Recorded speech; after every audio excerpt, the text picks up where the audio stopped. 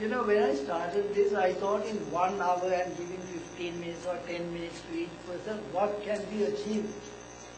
But I think at the end of it, there are a lot of things said and a lot of achievement, a lot of knowledge being disseminated, and they have come to know a lot of things. And I think it was worthwhile all of us being here this afternoon for this. Now, I was thinking of Dr. Tilak Simhalapitiya's pricing demand management. You know, we don't sometimes practice socialism in the country, but in electricity tariff, we are socialists. In electricity tariff, we are socialists. In fact, though I have to pay a bit more, I'm perfectly happy paying that bit more because we owe the people who are using a little bit of electricity. 30 kVA is on 1 unit per day. Right? So, such people, I think it's worthwhile giving them at the 3 rupees or 4 rupees or whatever. Whereas people, now, as I came here, I asked Professor Ranjit, they can't reduce the temperature of this. Why? Because the temperature, I guess from I had no thermometer, but my feeling was about 20 degrees centigrade. Whereas, I asked him to change it, now it's about 24, I think. Now see the amount of energy that we were wasting. And to feel unhappy and cold.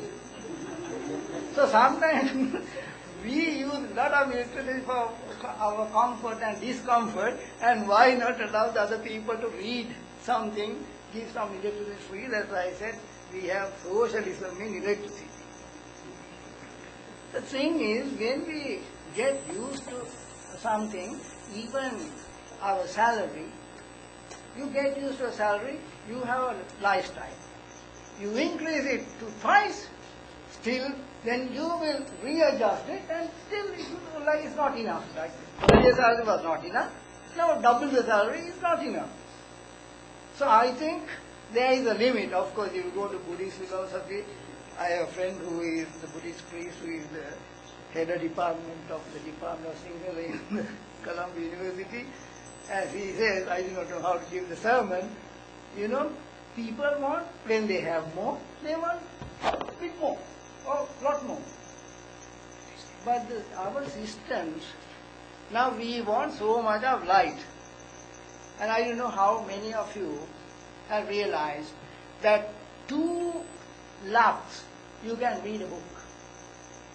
With 2,000 lux also you can read a book. Right?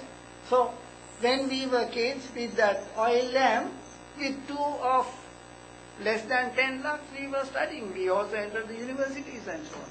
But now we want maybe 1,000 lux to enter the university. So I suppose we have to get used to use of energy. Energy conservation is an important thing, because if you keep on, now see the other, I think, I do not know, I am not out of touch with electricity things in the CEP, but I believe that air conditioning is one of the biggest loads in this country, and that goes to whom? People like us.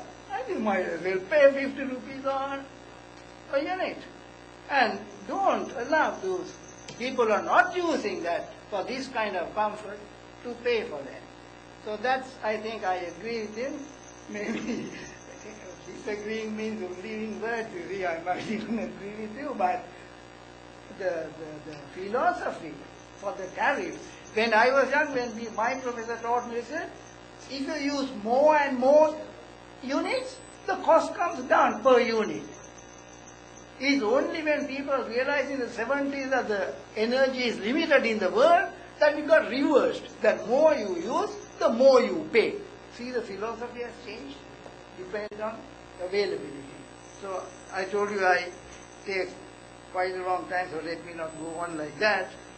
And the next thing is near Engineer Nihal Kularatne. I think he is one of those people who are very interested in commercialization of things. But the thing is, we as Sri Lankans or Ceylonese, we tend to value the foreign people, the foreign product, the foreign stuff more than our own. That is built into our system.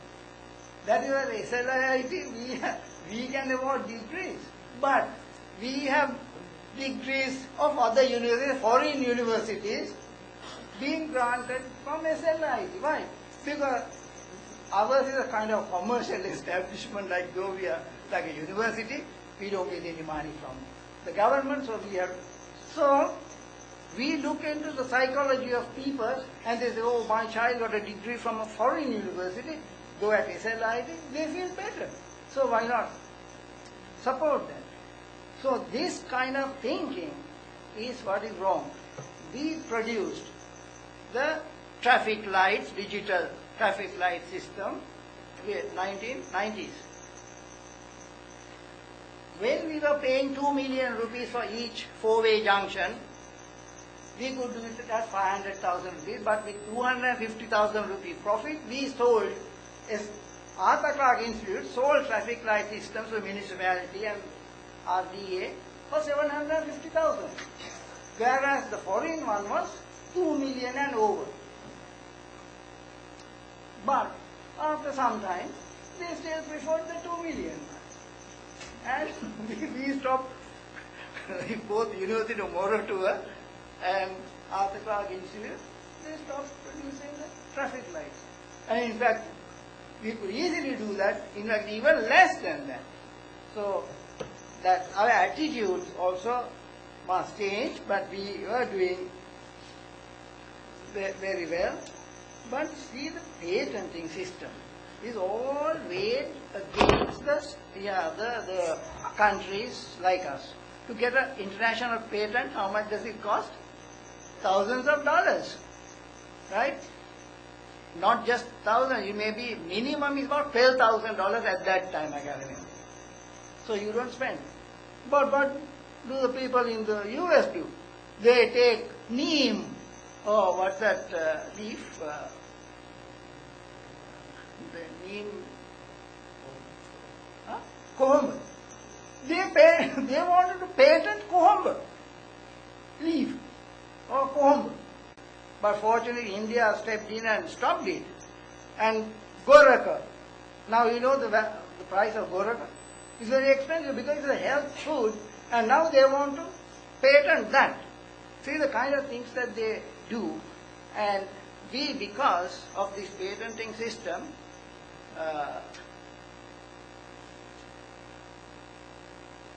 so there was one professor who came, or one person who came to SLIT, I forget his name.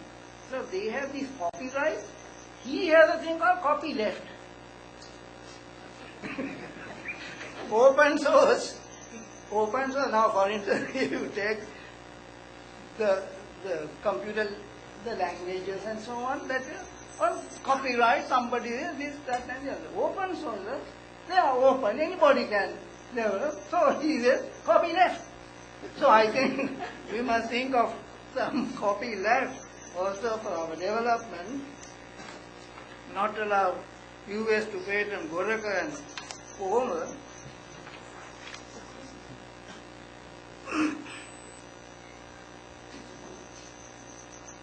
Now, Nihal said one thing very important. Let me see the time. Very important.